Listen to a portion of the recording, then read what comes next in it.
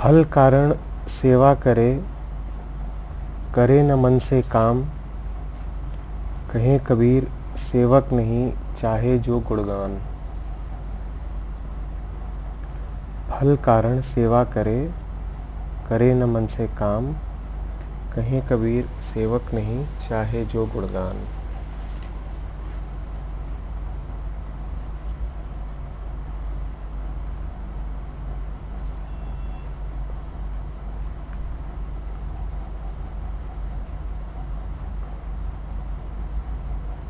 हमने जब भी निष्काम कर्म की बात करी है,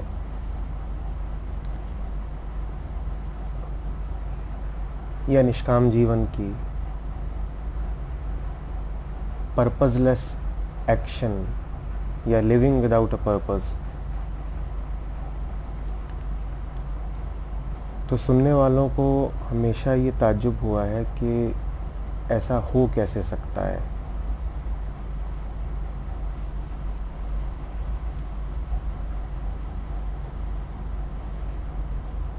बात सोचने में ही नहीं आती। मन कहता है कि कुछ भी अगर करेंगे तो उसके करने के पीछे कोई कारण तो होना चाहिए। बिल्कुल बिना कारण के कैसे कुछ भी करा जा सकता है।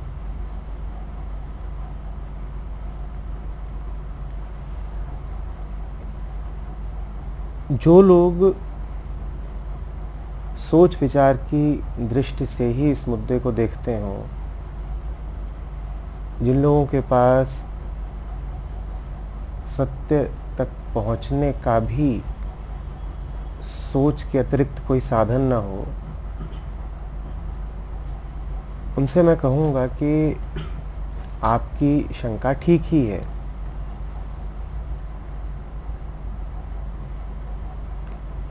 व्यक्ति जो कुछ भी करेगा, मन जो कुछ भी करेगा, उसमें कोई ना कोई उद्देश्य होगा ज़रूर।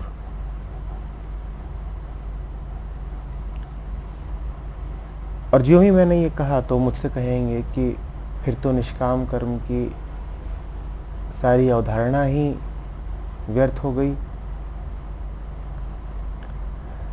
तो मैं कहता हूँ नहीं, व्यर्थ नहीं हो गई, वो अपनी जगह कायम है। कैसे समझेंगे?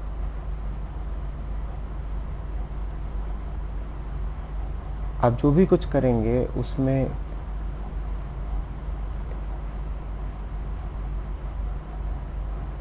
कोई ध्येय हो सकता है, कोई कारण हो सकता है, कोई कामना हो सकती है। यही सब ध्येय, कारण, कामना, मंशा, इनको अर्थ कहा जाता है। किस हेतु आप कर्म में उद्यत हैं, उसे अर्थ कहते हैं। क्या चाहते हो, कर रहे हो तो क्या चाहते हो।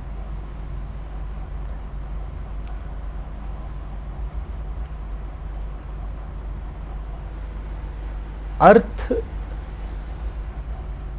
यदि आपके छोटेपन से निकलता है, अर्थ यदि आपके सीमित होने के भाव से निकलता है, अगर आपके डर और हिंसा से निकलता है, तो उसे स्वार्थ कहते हैं। और यदि आप अपनी तरफ से निश्चिंत हो,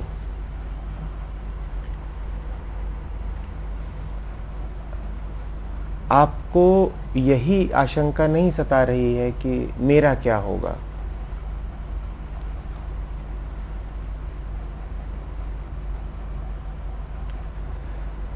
तब आपका कर्म समष्टि के लिए होता है। अर्थ उसमें तब भी होता है पर सीमित नहीं होता, फिर उसको परमार्थ कहते हैं। तो दो ही तरह के कर्म हो सकते हैं।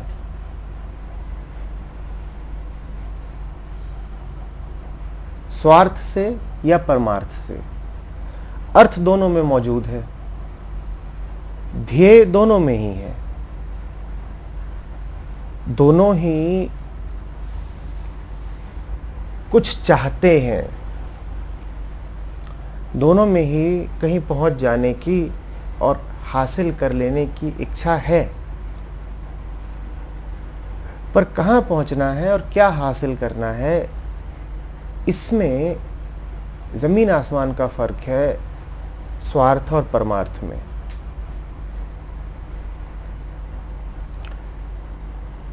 स्वार्थ बस इतना चाहता है कि वो कायम रहे,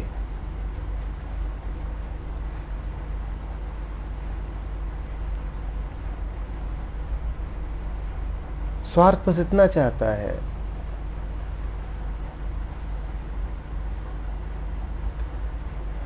कि एक उलझी हुई दुनिया में, एक शत्रुवत दुनिया में किसी तरह उसकी हस्ती बनी रहे, वो मिट ना जाए।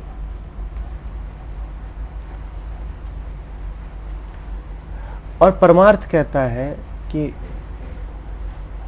हमें हमारी हस्ती की फिक्र ही नहीं है,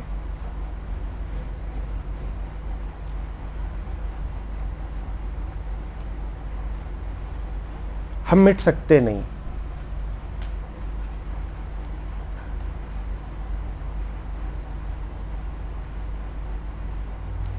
तो हम जो कुछ चाहते हैं वो दूसरों के लिए चाहते हैं,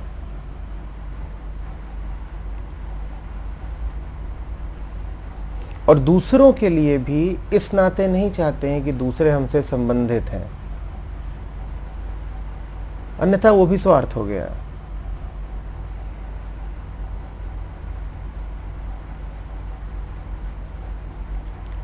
अगर आपकी नजर पैनी नहीं है और अगर आप स्वयं भी परमार्थ से बिल्कुल परिचित नहीं है, तो आप इन दोनों प्रकार के कर्मों को देखेंगे तो हो सकता है आपको एक जैसे ही लगें, क्योंकि दोनों में ही कहीं पहुंचने का इरादा तो है ही।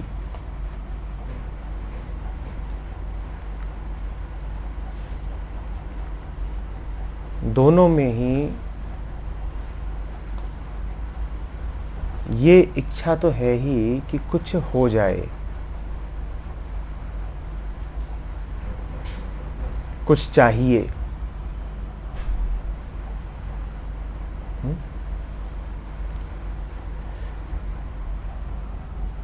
कबीर कह रहे हैं फल कारण सेवा करे।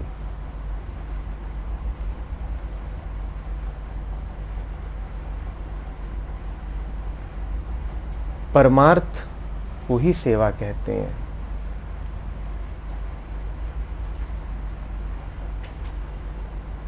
तो दो ही तरह के कर्म हुए, स्वार्थ से और सेवा से।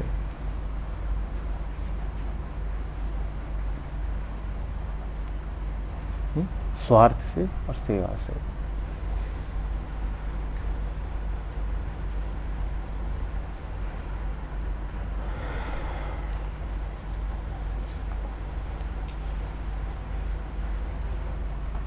जो सेवा कर रहा है,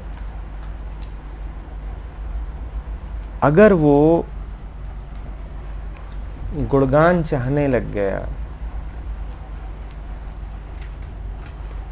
या कुछ भी और चाहने लग गया अपने लिए, तो वो सेवा अब रही नहीं, वो स्वार्थ बन गई।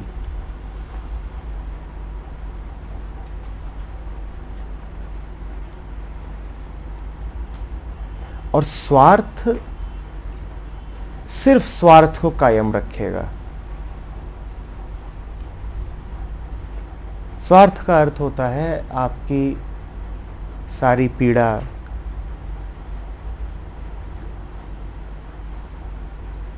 आपकी सारी हिंसा,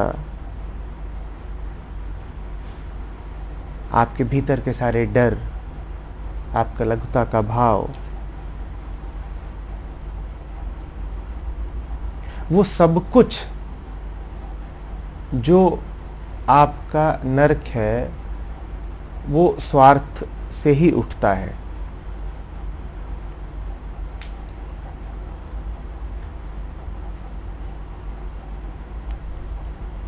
और स्वार्थ का एकमात्र प्रयोजन यही होता है कि जो उसकी जीवन दृष्टि है वो कायम रहे।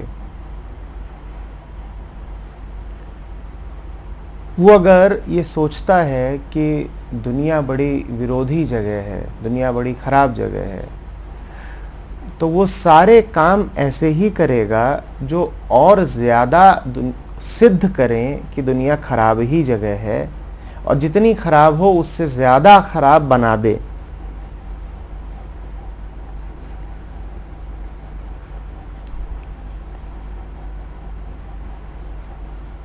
सेवा में अगर स्वार्थ की मिलावट हो गई जरा भी, तो स्वार्थ ही आगे बढ़ेगा।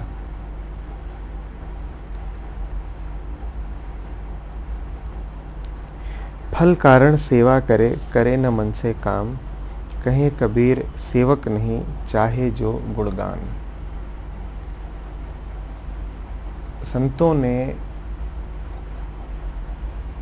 अपने आप को बार बार सेवक कहा है। कबीर अपने आप को दास कबीर कहा करते थे।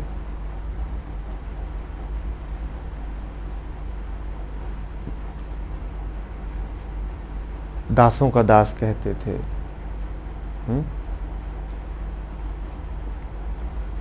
दास कहावन कठिन है, मैं दासन का दास। अब तो ऐसा हो ही रहा जो पांव तले की घास।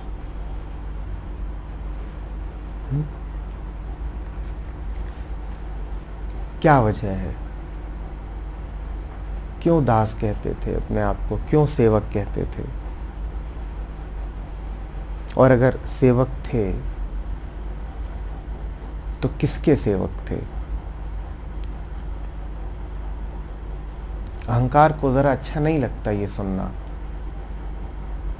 दास हो जाना, सेवक हो जाना।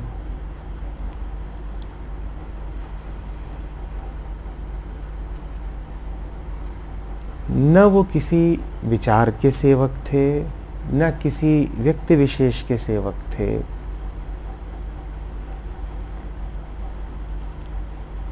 किसी के भी सेवक नहीं थे। समझिएगा इस बात को। जो किसी का भी सेवक होता है वो स्वार्थ के कारण ही होता है। आप यूं ही किसी की चाकरी करने जाओगे नहीं, कुछ मिल रहा होगा आपको, और आप जिसकी सेवा करने जाते हो चूंकि वो सीमित है, इसीलिए उससे आपको जो मिल रहा होगा वो भी सीमित है।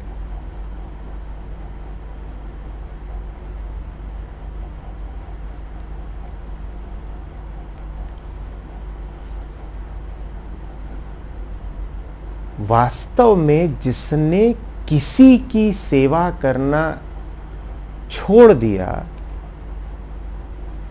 वो आध्यात्मिक रूप से सेवक हो गया। संसारी अपने आप को बड़ा बादशाह समझता है और दुनिया भर का गुलाम होता है। वो दुनिया भर की सेवा करता है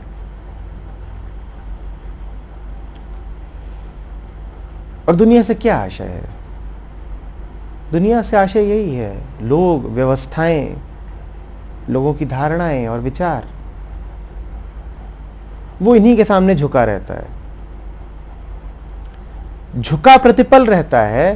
पर वो अपने आप को कभी नहीं कहेगा कि दास हूं, कि सेवक हूं, कि दासों का दास हूं, कभी नहीं कहेगा।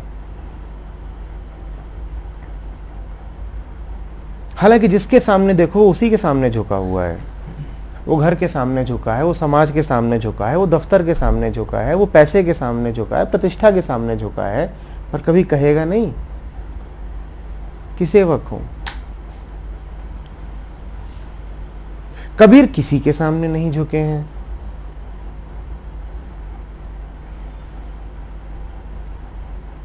अब वो कहते हैं मैं दासों का दास हूं।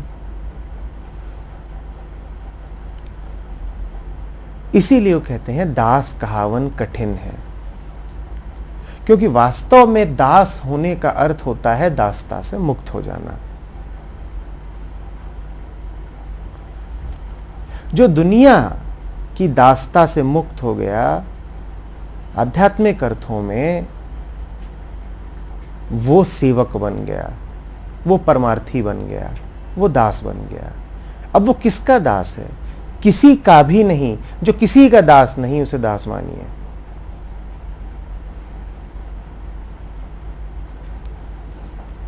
जो किसी का दास नहीं वो अस्तित्व के साथ एक होकर चलने लगता है।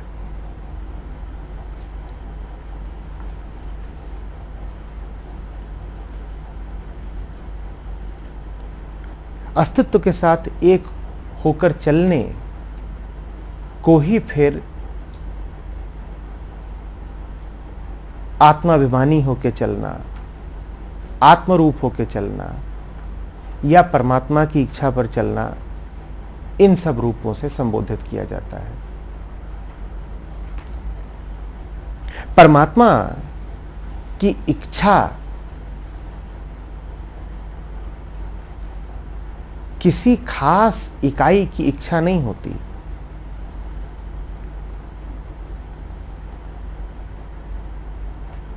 परमात्मा की इच्छा पर चलने का अर्थ बस इतना ही होता है कि मैं किसी और की इच्छा पर नहीं चलता, मैं किसी का दास नहीं हूं।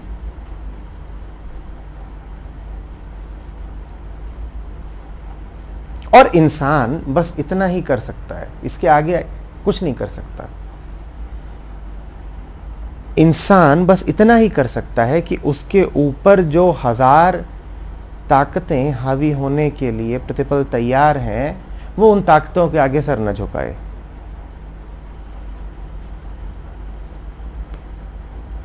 अगर वो इससे आगे का दावा करता है, अगर वो कहता है कि नहीं, मैंने तो परमात्मा के आगे, खुदा के आगे सर झुका दिया है, तो ये बड़बोली बात हो गई। तुम इतने होशियार हो कि तुमको परमात्मा की मर्जी का पता है, तुमने अपनी मर्जी को खुदा की मर्जी का नाम दे दिया। बड़ी चालाकी है।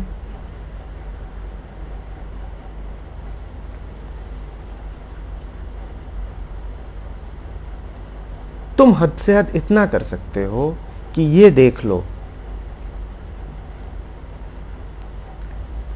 कि दुनिया की मर्जी क्या है, और तुम्हारे भीतर जो दुनिया घुस करके बैठ गई है वो तुम्हें क्या मर्जी दे रही है, और इन मर्जियों के विरुद्ध सतर्क हो जाओ। तुम इतना ही कर सकते हो। और जिसने इतना कर लिया वो स्व अर्थ से मुक्त हो गया। स्व के अर्थ ही यही होते हैं। ऊपर ऊपर से देखो तो बाहर वाली दुनिया, और थोड़ा और आगे आकर के देखो तो बाहर वाले जो भीतर सेंध मारकर बैठ गए हैं वो दुनिया।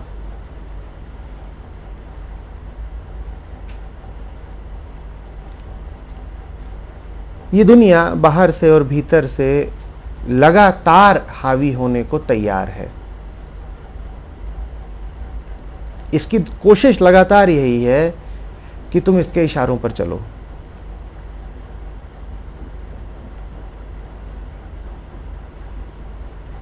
हजार तरीके से ये निर्देशित करना चाहती है तुम्हारे जीवन को, तुम्हारी एक एक सांस पर कब्जा करना चाहती है।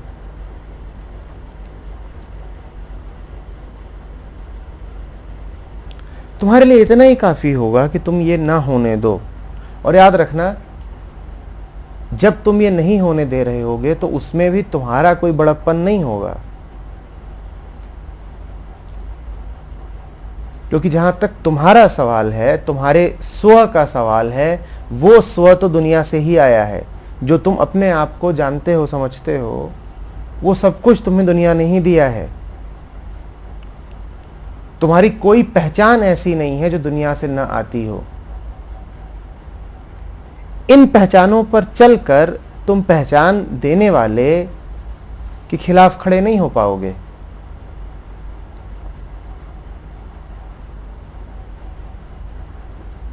बेटा बाप के खिलाफ नहीं खड़ा हो पाएगा,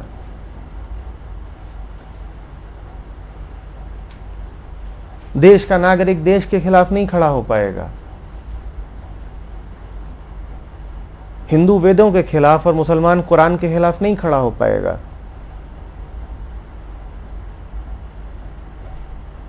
और तो और तुम दफ्तर में अपने बॉस के खिलाफ भी नहीं खड़े हो पाओगे, क्योंकि तुम हो कौन? तुम वही सब कुछ हो जो पहचान तुम्हें दुनिया ने दी है। तुम कैसे दुनिया के खिलाफ खड़े हो जाओगे? तो इन पहचानों से निजात पाने की ताकत भी तुम्हें आती कहीं और से है। कहां से आती है ये विचार करने की जरूरत नहीं, वो विचार का विषय नहीं है।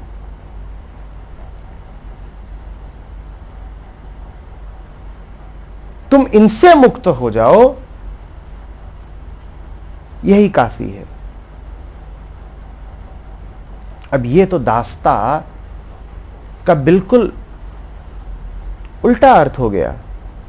हम तो जब संतों की बातें सुनते थे, यहां तक कि जब हम उनके नाम भी सुनते थे, तो हमारे अहंकार और पुरुषार्थ को जरा अच्छा नहीं लगता था। ये कैसे नाम है? रविदास, मलूकदास, गरीबदास, ये सब दास दास कहे जाते हैं अपने आप को। हमें जरा अच्छा नहीं लगता था कि अरे भाई, इंसान को दुनिया में जरा कुछ करके दिखाना चाहिए, तुम्हारा कोई वजूद होना चाहिए। दास्ता माने तो गुलामी होता है। क्या गुलाम की जिंदगी जिएंगे? और बात खुल रही है तो बिल्कुल उल्टी नजर आ रही है। संत तो वो जिसने दास्ता से इनकार कर दिया, और असली दास कौन है? वो हम हैं। हमारी एक एक सांस गुलामी की है, और हमारी अकड़ इतनी और अज्ञान ऐसा कि हम कभी कहेंगे नहीं कि हम दास हैं।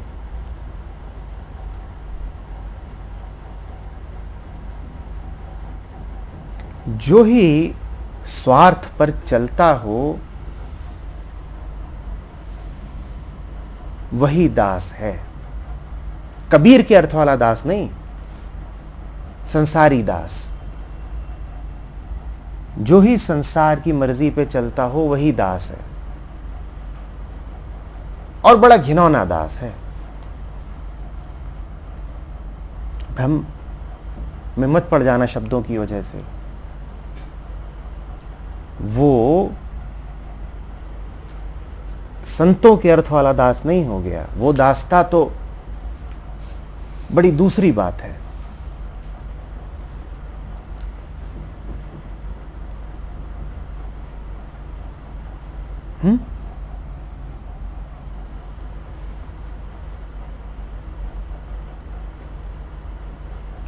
संत की तो पूरी छवि ही बदल गई।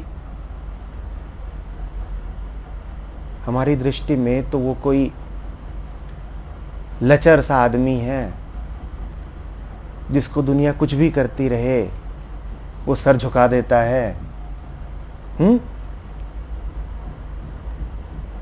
जिसके मानो रीढ़ ही नहीं है।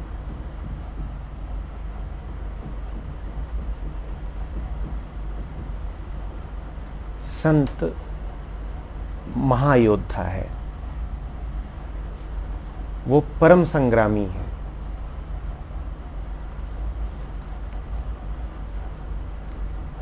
उसका सर वास्तव में झुकता ही नहीं,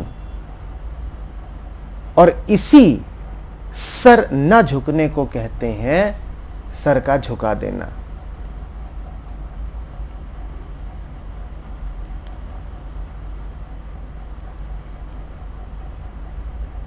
समर्पण, पूजा, इबादत और थोड़े ही कुछ होते हैं। इनका अर्थ यही होता है कि हजार के सामने सर हम झुकाते नहीं। आप कहेंगे इसको इस तरह से क्यों नहीं कहते कि एक के सामने सर झुका दिया है? नहीं, मैं बिल्कुल नहीं कहूंगा, क्योंकि उस एक को जब जाना नहीं जा सकता तो फिर उसके सामने सर झुकाने का दावा कैसे किया जा सकता है? या तो ये कह दो कि हम जानते हैं कि वो एक कौन है और वो हमारे ज्ञान और विचार की सीमा में बंधा हुआ है, हम वाकिफ हैं उससे। तुम या तो ये दावा कर दो कि हमें पता है वो कौन है, तब तो हम मान लेंगे कि ठीक, तुम्हें पता है वो कौन है और तुम उसके सामने सर झुका रहे हो। ये कहना बड़े अहंकार की बात हो जाती है कि एक के सामने सर झुका दिया। हमारे लिए ज्यादा मुनासिब यही है कि हम इतना ही कह दें कि हम हजारों के सामने सर नहीं झुकाते। जिस क्षण तुम ये घोषणा करते हो कि हम हजारों के सामने सर नहीं झुकाते,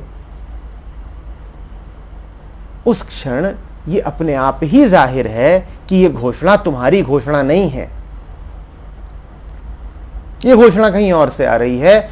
और चूंकि उसके सामने झुके हुए हो, इसीलिए उसकी आवाज अब तुम्हारे लफ्जों से आ रही है।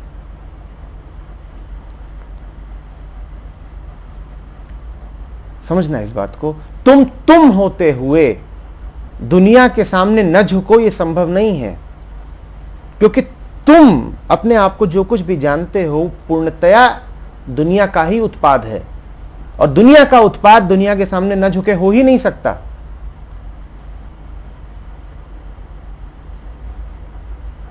दुनिया का उत्पाद, दुनिया की पैदाइश जब दुनिया के सामने झुकना बंद करती है, तो इसका अर्थ ही यही है कि दुनिया से आगे की कोई ताकत उसके साथ है। कौन सी ताकत तुम नहीं जान सकते, तुम्हें कोशिश भी नहीं करनी चाहिए।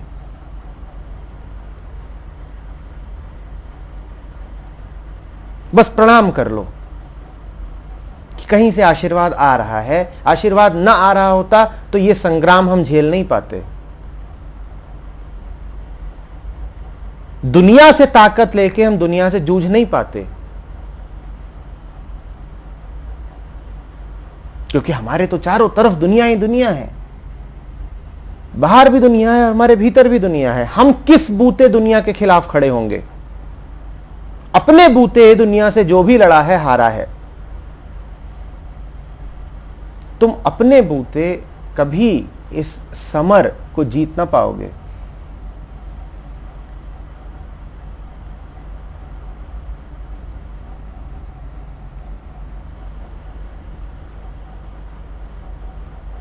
कबीर सा दास वो जो अब किसी का दास न रहा। और कहते हैं कबीर कि जो अभी गुणगान चाहता है वो अभी दुनिया का ही गुलाम है, क्योंकि गुणगान तुम्हें और मिलेगा किससे? अस्तित्व में कुछ और नहीं है जो आके तुम्हारी तारीफें बांधे। तुम कर दो बहुत बड़े बड़े काम, नदी नदी की तरह बहेगी, चांद तारे चांद तारों की तरह रहेंगे, हवा अपने अनुसार चलेगी।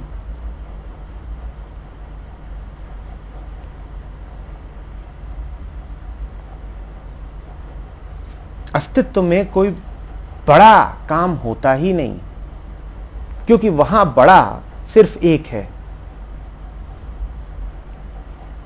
अस्तित्व में तो तुम जो कुछ करते हो वो या तो लयबद्ध होता है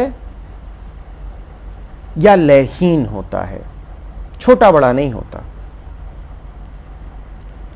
अस्तित्व में तो तुम जो कुछ करते हो वो या तो अस्तित्व के साथ होता है या अस्तित्व से छिटका हुआ होता है।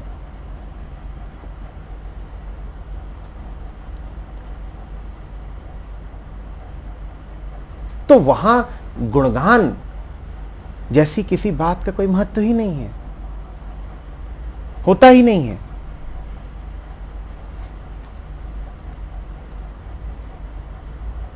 पर इंसान जो भी कुछ करता है उसमें उसकी ये इच्छा हमेशा रहती है कि तारीफ मिले।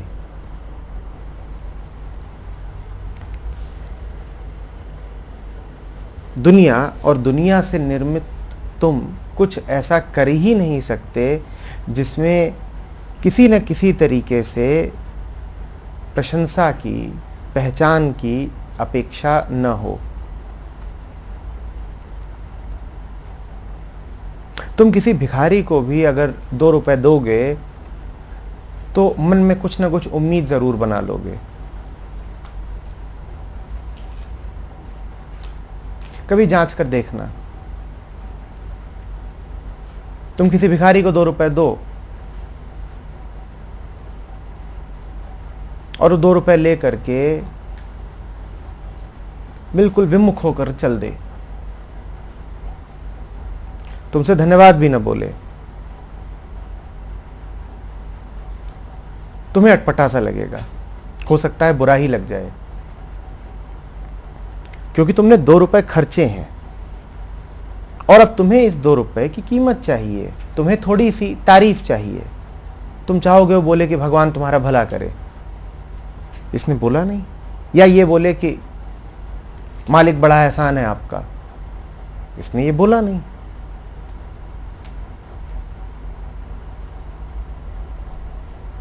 ये स्वार्थ का बड़ा सीधा उदाहरण है कि तुम बड़े से बड़ा और छोटे से छोटा काम भी बिना अपने लिए कुछ चाहे नहीं कर सकते, और जो अपने लिए कुछ चाह रहा है वो दुनिया से चाह रहा है, जो अपने लिए कुछ चाह रहा है वो दुनिया का गुलाम हो गया। मिलना तुम्हें जब दुनिया से ही है तो हो गए ना दुनिया के गुलाम। इस बात को ध्यान से समझ लेना, जिस किसी ने भी अपने लिए कुछ चाहा वो तत्क्षण दुनिया का गुलाम हो गया, क्योंकि तुम्हें जो कुछ भी मिलना है वो आएगा तो दुनिया से ही ना। तुम अपने आप को मन और शरीर समझते हो, और शरीर को जो कुछ मिलना है वो किसी आसमान से तो नहीं टपकेगा, वो दुनिया से ही आएगा। और मन को भी जो कुछ मिलना है, विचार, धारणा की सामग्री, तारीफ, सुख, वो दुनिया से ही तो आएगा, और कहां से आएगा। स्वार्थ, दुनियादारी और दुनिया की गुलामी, ये तीनों एक ही बात के नाम हैं। और इसीलिए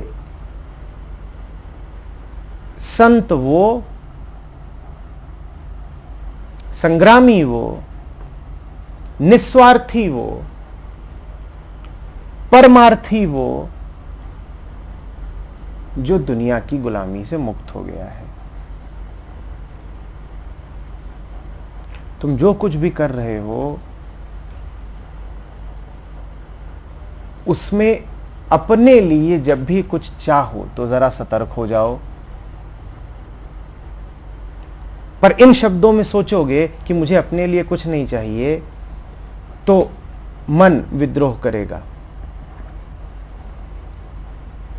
तुम इसको ऐसे सोचना कि अपने लिए कुछ चाहिए तो किससे चाहिए। जब भी अपने लिए कुछ इच्छा उठे तो इतना ही पूछ लेना कि अपने लिए अगर कुछ चाहिए तो किससे चाहिए। जो भी जवाब आएगा वो दुनिया का जवाब होगा, और जवाब यही आएगा, दुनिया में ही स्थित किसी इकाई से चाहिए। और अगर उससे चाहिए तो हो गए उसके गुलाम।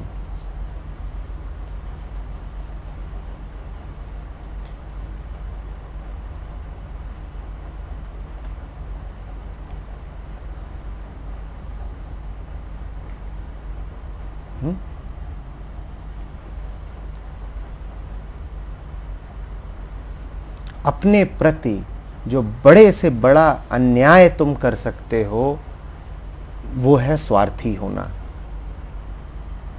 जो स्वार्थी हुआ उसने अपने आप को बेड़ियों में जकड़ दिया।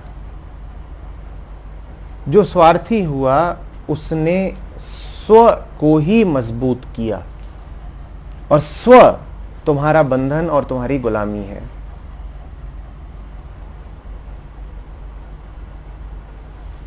स्व और कहीं से आता नहीं है। इस शब्द को ठीक से समझ लेना। कहने को वो कहता है स्व, स्व माने मैं,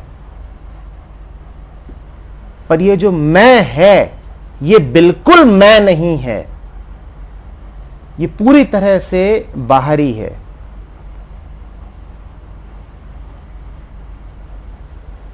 तो स्वार्थ का अर्थ हुआ अपने वास्तविक अर्थ के खिलाफ जाना। जो तुम्हारा वास्तविक अर्थ है उसी को परमार्थ कहते हैं। परमार्थ ऐसा लगता है जैसे कि अपने अर्थ से थोड़ा हट के बात है, तो एक दूसरा शब्द ले लो, आत्मार्थ। वास्तव में अपने लिए। एक हुआ स्वार्थ, उसको पढ़ो अहंकारार्थ। और जो हुआ परमार्थ उसको पढ़ो आत्मार्थ। स्वार्थ का अर्थ हुआ वो जो अहंकार को बढ़ाए, और अहंकार फिर से कह रहा हूं तुम्हारा नहीं होता। अहंकार तुम्हें दुनिया से मिलता है, और अहंकार का अर्थ होता है दुनिया की गुलामी। तुम जो वास्तव में हो उसी का नाम परमात्मा है। तो इसलिए कह रहा हूं परमार्थ और आत्मार्थ एक ही बात है। और इसीलिए चाहे कहो निस्वार्थ, और चाहे कहो सेवा, चाहे कहो परमार्थ, और चाहे कहो आत्मार्थ, सब एक हैं। इन सब में जो समानता है वो ये है कि दुनिया के सामने नहीं झुक रहे। मेरे अर्थ, मेरे प्रयोजन दुनिया से नहीं आ रहे।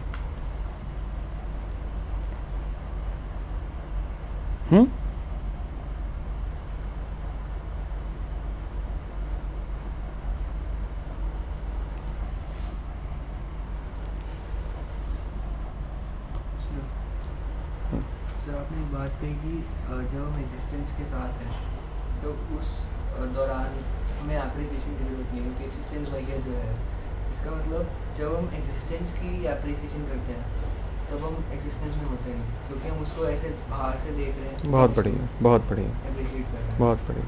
तो हम उसको एप्रिशिएट कर रहे हैं इसलिए वजह से कर पा रही हो कि हम खुद एग्जिस्टेंस के साथ। बहुत बढ़िया, बहुत बहुत। तुमको नदी को देख करके जो सुख प्रतीत होता है वो इसलिए होता है क्योंकि तुम नदी के सामने जाते ही 6 महीने में एक बार हो।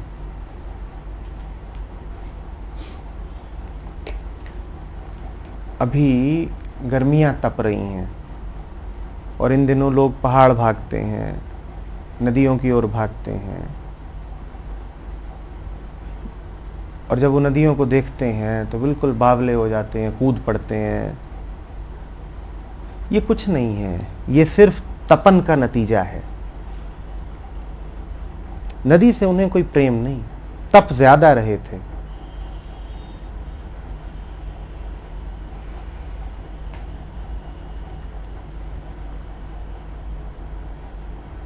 और मौका मिलते ही वो इस तपन में वापस आ जाएंगे।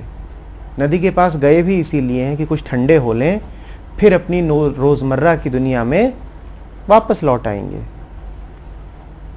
तुम पहाड़ों पर जाते हो, हिल स्टेशंस पर जाते हो, तो वहां बसने तो नहीं जाते ना, ये तो नहीं कहते ना कि वहीं ठहर जाएंगे, पर जब वहां जाते हो तो कहते हो आह स्वर्ग है, इससे सुंदर तो कुछ हो नहीं सकता। अगर ईमानदारी से तुमने ये बात कही है कि स्वर्ग है और इससे सुंदर कुछ हो नहीं सकता, तो अब लौट के मत आना। पर तुम तो 2 ही दिन में लौट आते हो, ये फिर क्या बेईमानी है? एक तरफ तो कह रहे हो कि स्वर्ग है और दूसरी तरफ 2 ही दिन में वापस आ गए नर्क में।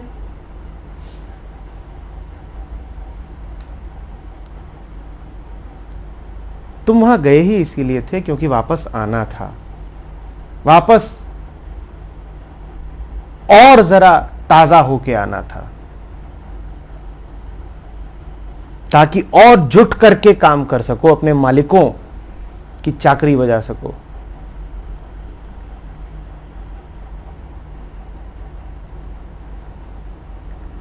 और वहां जब 2 दिन के लिए जाते हो तो गाने वाने गाओगे और कहोगे वाह कितना सुंदर पहाड़, क्या मनोरम दृश्य, क्या बादल, क्या नदी, क्या हरियाली, ये सब इतने ही प्यारे हैं, तो ठहर क्यों नहीं जाते? तुम झूठ बोल रहे हो, तुम्हारी तारीफ झूठी है। तो तुमने बिल्कुल ठीक पकड़ा। जो अस्तित्व के साथ एक होगा उसे जरूरत ही नहीं पड़ेगी ये सब तारीफें करने की। ये जो सब तारीफ करने वाले हैं बिल्कुल झूठे हैं।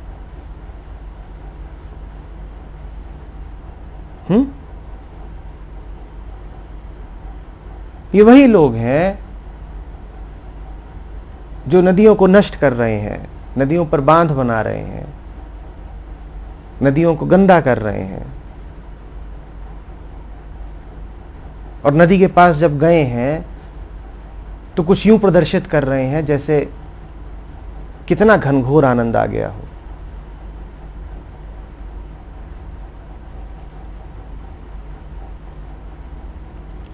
नदी से एक हो जाना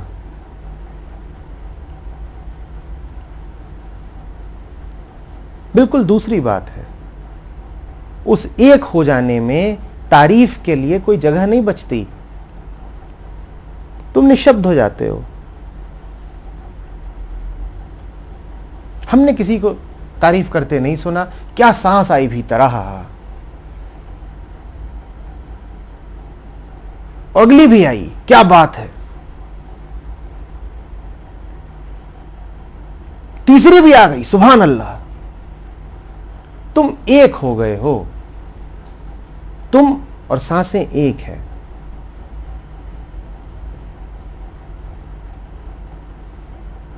बुद्ध ने विपश्यना दी, उसमें भी यही कहा कि सांस सांस में सुमिरन रहे, सांस सांस में तारीफ रहे, ऐसा नहीं कहा। और वो जो स्मरण होता है वो बड़ा सूक्ष्म होता है। हां, तुम उसी को तारीफ कह लो तो बिल्कुल अलग बात है। असली प्रशंसा फिर वही हुई कि हमें लगातार तुम्हारी याद बनी हुई है। किसकी याद? किसी विशेष की याद नहीं। वो इतनी सूक्ष्म है कि उसमें इतनी जगह ही नहीं कि किसी और को रख सको। स्थूल याद वो होती है जिसमें तुम हो और कोई दूसरा है और तुम दूसरे को याद कर रहे हो। सूक्ष्म याद वो होती है जिसमें याद करने वाले और याद किए जाने वाले के मध्य कोई अंतर ही नहीं। इतनी सूक्ष्म, इतनी महीन है कि 2 है ही नहीं वहां।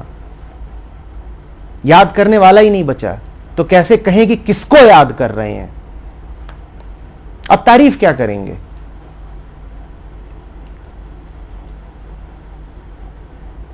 तारीफ का सवाल ही नहीं उठता। और यही असली तारीफ है।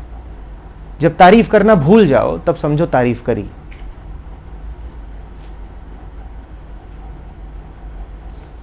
और जब तारीफें पढ़े ही जा रहे हो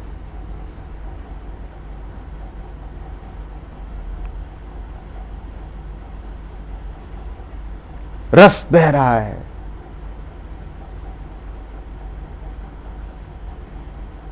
शब्द, अल्फाज, कसीदे, शायरी, तो समझ लेना कि झूठे आदमी हो।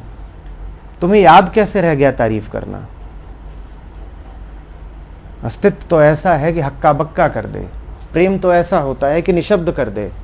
तुम्हें अभी तारीफ करना याद कैसे रह गया?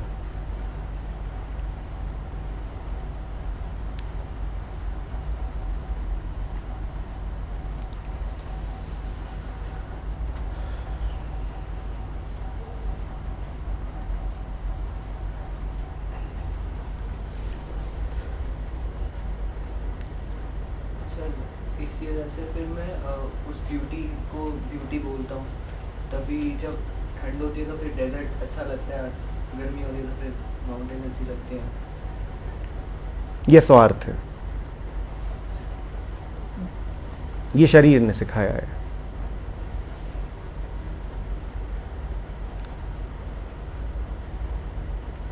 जो गर्मी से भाग के पहाड़ों पर चढ़े, उसे क्या खाक पता चलेगा सौंदर्य का? उसको तो बस गर्मी का पता चलेगा। सौंदर्य गर्मी और सर्दी का नाम थोड़े ही होता है।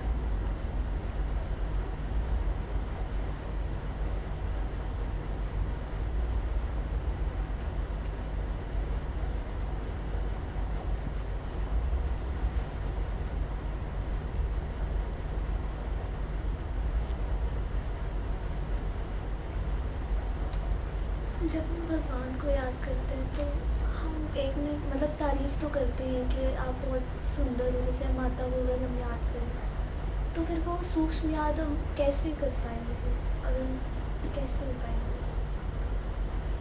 क्योंकि तारीफ होती है, जब भी याद आती है तो जैसे एक बार दिमाग में आता है, mom you are so beautiful, you are.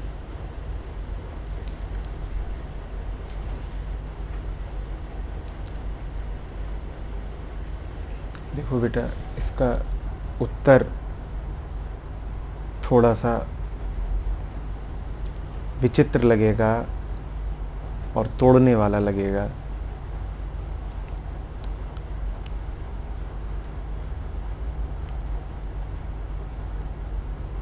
वास्तव में भक्त कौन है?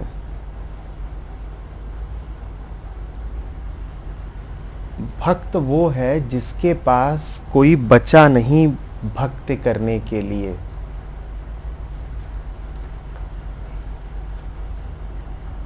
तुम अपनी ओर से जिसकी भी भक्ति करोगे वो तुमसे बड़ा नहीं हो सकता, क्योंकि उसकी भक्ति तुमने चुनी है। चुना इसका अर्थ ही यही है कि सोचा। चुना इसका अर्थ ही यही है कि वो विचार के भीतर का है। जो तुम्हारे विचार के भीतर का है, भले ही फिर तुम उसे ये कह दो कि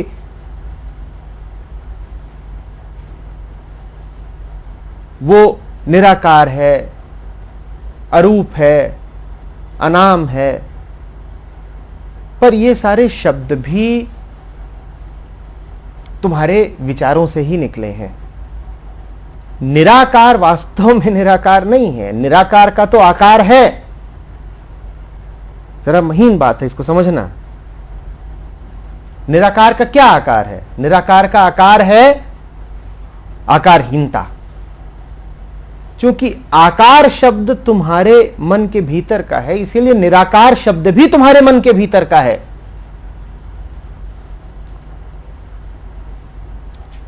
तो तुम अपनी ओर से यह भी भले बोलो कि हम तो उसकी भक्ति करते हैं जो विचारातीत है, जो मनातीत है, तो भी यह बात सच्ची नहीं होगी। क्योंकि तुम अगर अपनी ओर से किसी की भक्ति कर रहे हो तो वो तुम्हारे ही मन का प्रक्षेपण है, वो तुम्हारी अपनी निर्मित है। भले तुम उसे कोई भी नाम दे लो,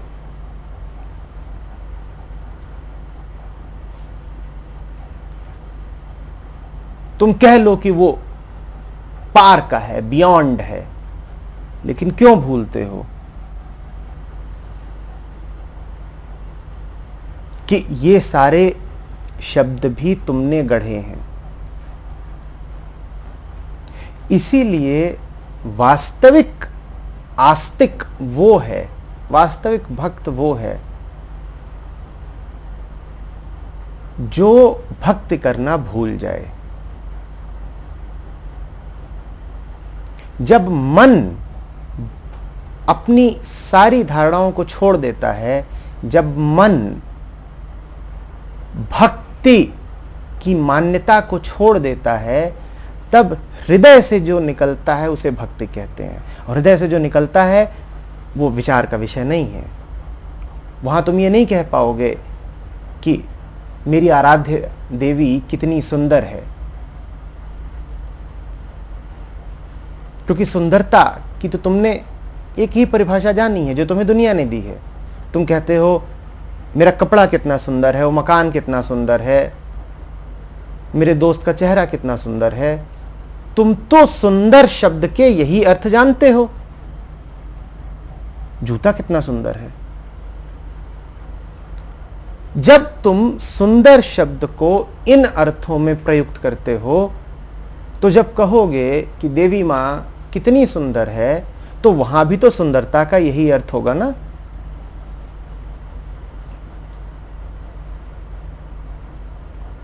तुम तो सौंदर्य का बस दुनियावी अर्थ ही तो जानते हो, और कोई अर्थ जानते हो क्या?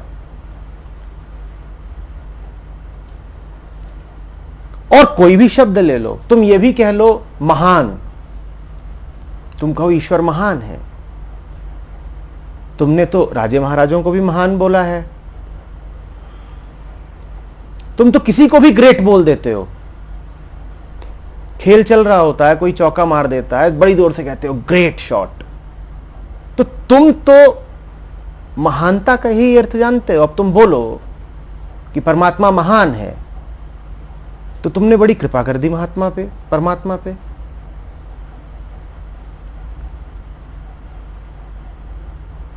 तुम्हारे सामने तो कोई पकौड़े लेकर के आता है, तुम उसको भी कह देते हो ग्रेट।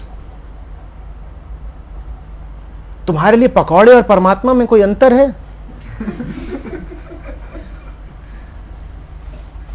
नहीं, बताओ।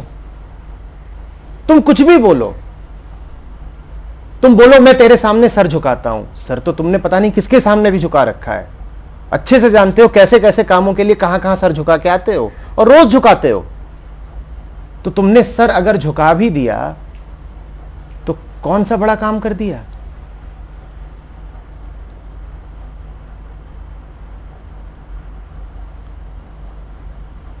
तुम कहते हो तुझसे ऊंचा कोई नहीं। ये तो तुम सैकड़ों लोगों से बोल चुके हो, और जहां बोलते लाज आती है वहां इशारों में कह चुके हो, जता चुके हो। और अगर अभी तक नहीं जताया है तो स्थितियां पैदा की जा सकती हैं जब जता दोगे। थोड़ा सा लालच चाहिए बस।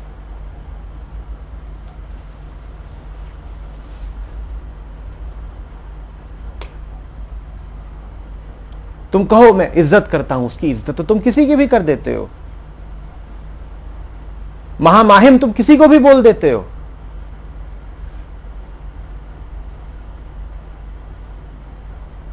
योर हाइनेस तुम किसी को भी बोल देते हो। हिज होलीनेस तुम किसी को भी बोल देते हो। तो ये सारे शब्द अगर तुमने परमात्मा के लिए प्रयोग कर दिए तो क्या अच्छा किया? अच्छा किया।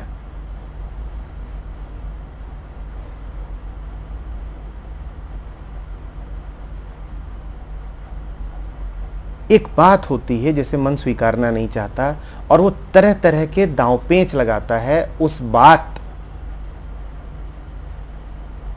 को बाईपास करने के लिए, सरकमवेंट करने के लिए। वो छोटी सी बात ये है कि मन सीमित है और मन को बड़ा कष्ट होता है इस बात से। वो छोटी सी बात यह है कि सत्य मन की सीमा में नहीं समाता। मन को ये बात जरा भी नहीं रुचती। वो किसी भी तरीके से परम सत्य को भी विचार में कैद कर लेना चाहता है। और उसका उसने चालाक से चालाक तरीका यह निकाला है कि कहो कि सत्य की प्राप्ति निर्विचार में होती है, कि कह दो शून्य या कह दो पूर्ण। अब पूर्ण और शून्य दोनों ऐसे हैं जो मन में नहीं समा सकते। मन शून्यता को वास्तव में नहीं जान सकता, तो चालाकी यह करी है कि शब्द गढ़ लिया शून्यता। अब शून्यता को तो नहीं जान सकते, लेकिन शब्द तो आ गया ना हाथ में, तो अच्छा बहाना मिल गया, हम शून्यता को जानते हैं। जैसे कि तुमने किसी का नाम सुन रखा हो तो उससे तुम्हारा प्रेम हो गया हो, ऐसा हुआ कभी? ठीक उसी तरीके से मन पूर्णता को बिल्कुल नहीं जान सकता। पूर्णता को जानेगा मन तो मन मन ही नहीं रहेगा। सीमाएं नहीं है तो मन कहां है? और पूर्ण में सीमाएं होती नहीं, जैसे शून्य में नहीं होती। तो मन कह देगा वो परम पूर्ण है। अरे यदि वो परम पूर्ण है और तुम्हारा वास्तव में विश्वास है कि वो परम पूर्ण है, तो तुमने कह कैसे दिया कि परम पूर्ण है? क्योंकि जो परम पूर्ण है उसके बारे में तुम एक लफ्ज नहीं कह सकते।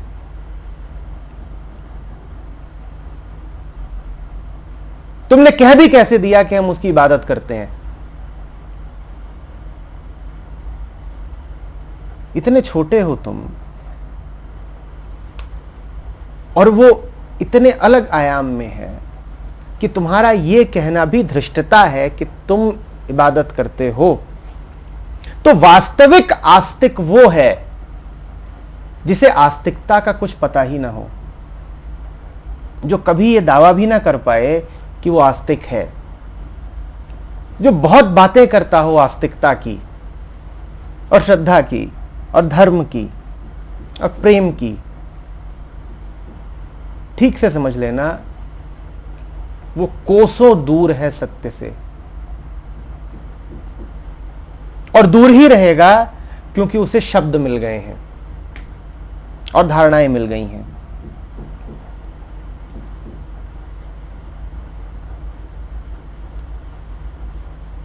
तुम्हें जब पता होता है कुछ भी, तो जो तुम्हें पता है वही तुम्हारी अज्ञानता है।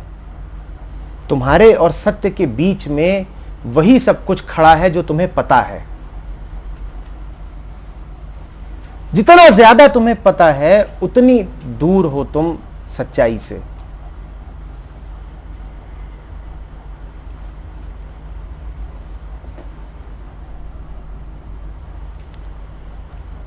जिस दिन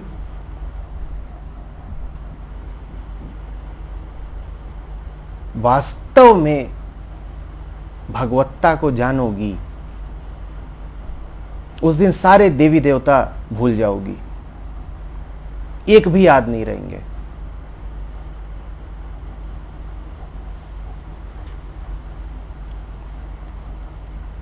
कहते हैं ना कबीर की, उठूं बैठूं परिक्रमा, वही हालत हो जाएगी कि भूल जाओगे कि कौन सी माता और कौन सा मंदिर और कैसे करनी है पूजा और क्या होता है प्रसाद, बिल्कुल भूल जाओगे। जब ये सारे रीत रिवाज भूल जाओ, तब जानना कि वास्तव में तुम में श्रद्धा जगी है परमात्मा के प्रति। जब तक तुम में रीति रिवाज है, तब तक तुम्हारी सारी श्रद्धा सिर्फ रीति रिवाजों के प्रति है। और रीति रिवाज तुमको दुनिया ने दिए हैं, परमात्मा नहीं देने आया था। मंदिर जाते हो ना, मंदिर अस्तित्व ने नहीं खड़ा करा है, मंदिर तुमने बनाया है।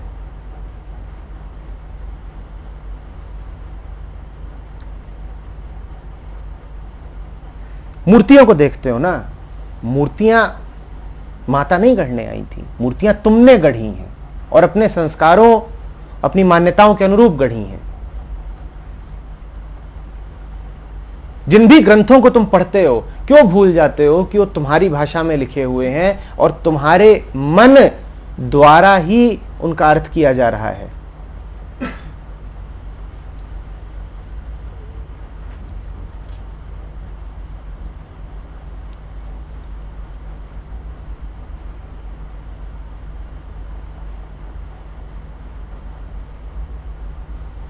जब सारे रिवाजों को भूल जाओ, सारे ग्रंथों को भूल जाओ, उनके अर्थों को भूल जाओ,